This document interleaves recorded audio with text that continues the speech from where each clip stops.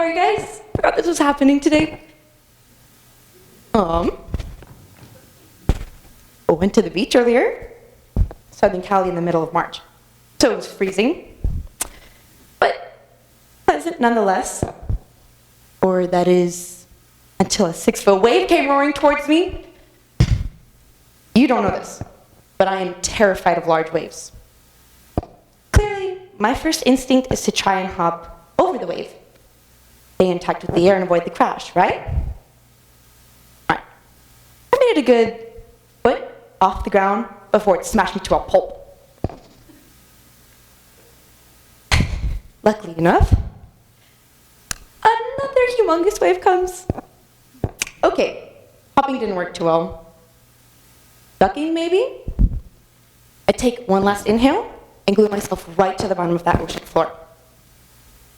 My anchor impersonation works quite well, actually, and I feel the waves swoosh right over my head.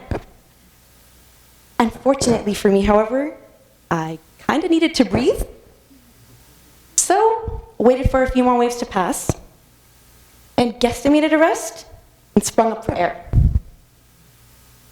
Very healthy mouthful of wave was the first thing to greet me. Water swims along too. I couldn't do anything besides follow seawater for a minute. And it was just my luck. Nope. Another boss wave comes. Any and all strength had completely abandoned me, and I was left with one option to fight. Running. I bolted for it, tugging against the infinitely stronger current, and I kid you not, I am less than 10 feet away from the shore before the planet's drain unplugs in the center of the ocean and sucked me back in with more force than my bed on a cold morning. And just as I yank myself up from this spine-crashing crash, the birth of a new ripple erupts. I could do nothing but gaze at the now towering wall. I was a speck of grain, hopelessly awaiting death by a Roomba. Pause. Let's take a look at the same sentiment for a second. Stress. Intense or not, we all inevitably experience it. How many of you in this audience feel you are going through a stressful period right now? All right. It could be high schoolers applying for colleges, older audiences who are struggling financially, anyone who feels as though the ground has let loose, out of their control. Everyone has obstacles. What really lingers after the fact is, how do you overcome your stress? Thinking back to a huge stress for me in the past 2 years, the blossoming standards for freshly turned 16-year-olds to get a job. This growing pressure accumulated into a large mass, which hurled straight towards me once I finally earned my driver's license. First and foremost, I wanted to approach this situation with a sense of calm formality. Tried to breeze my way over this financial hurdle through a multitude of applications. Starbucks, Albertson Stalker, all subject tutor, you name it.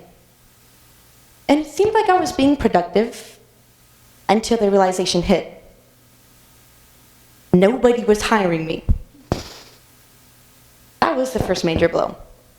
It completely baffled me.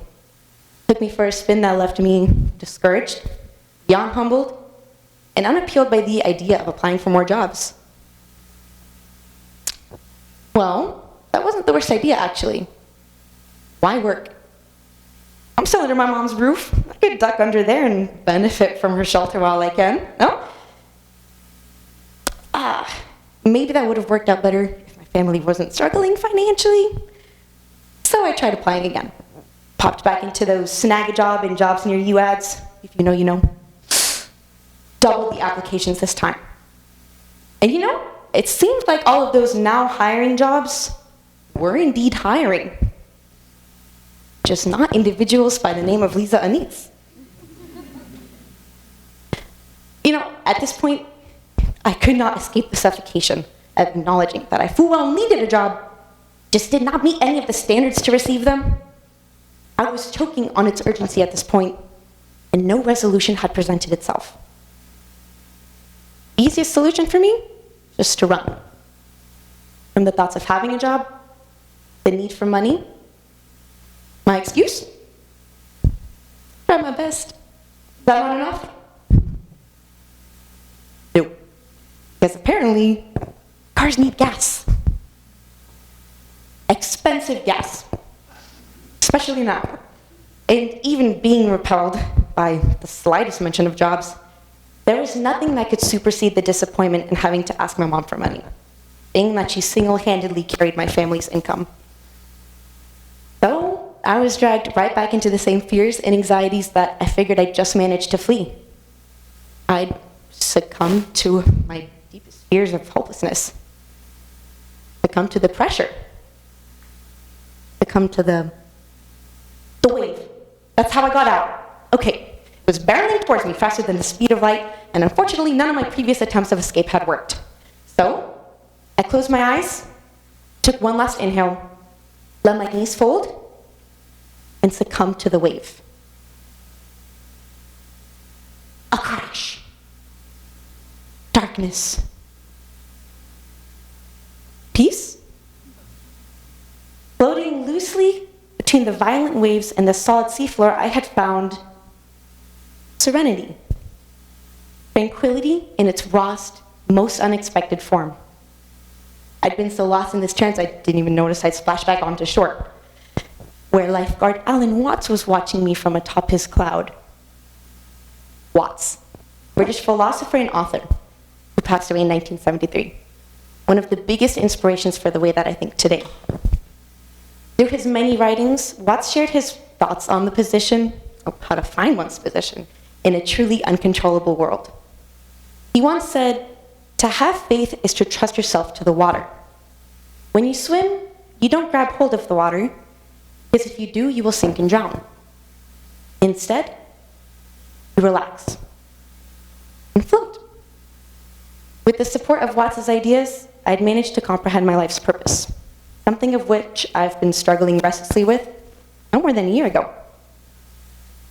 And so you see, we are all lone swimmers in an infinite sea of our own problems and doubts. Every stressful obstacle is the chaotic and unpredictable waves. Anything you're certain about, or your definite knowledge of the world, sandy seafloor. Let go of the floor, you get crumbled by the waves. Plane to the ground, and you have to resurface to the waves. Run from it all, you get pulled back with the greatest disarray. The key to moving forwards then, past whatever it may be, is to move with the flow rather than against it. Seniors who are waiting for college decisions, move with your anxiety and allow it to raid, knowing it will soon pass. Our financially struggling audiences, who are having financial struggles, move with your problems and permit them to surface a solution, whenever it may surface. And after I succumbed to my external pressures, I was finally offered a job, head in and out. And so, allow things to take their course without severe interception or desire to control the situation. Where you have no control, stop swimming. Just float, and the waves will carry you to shore. Thank you.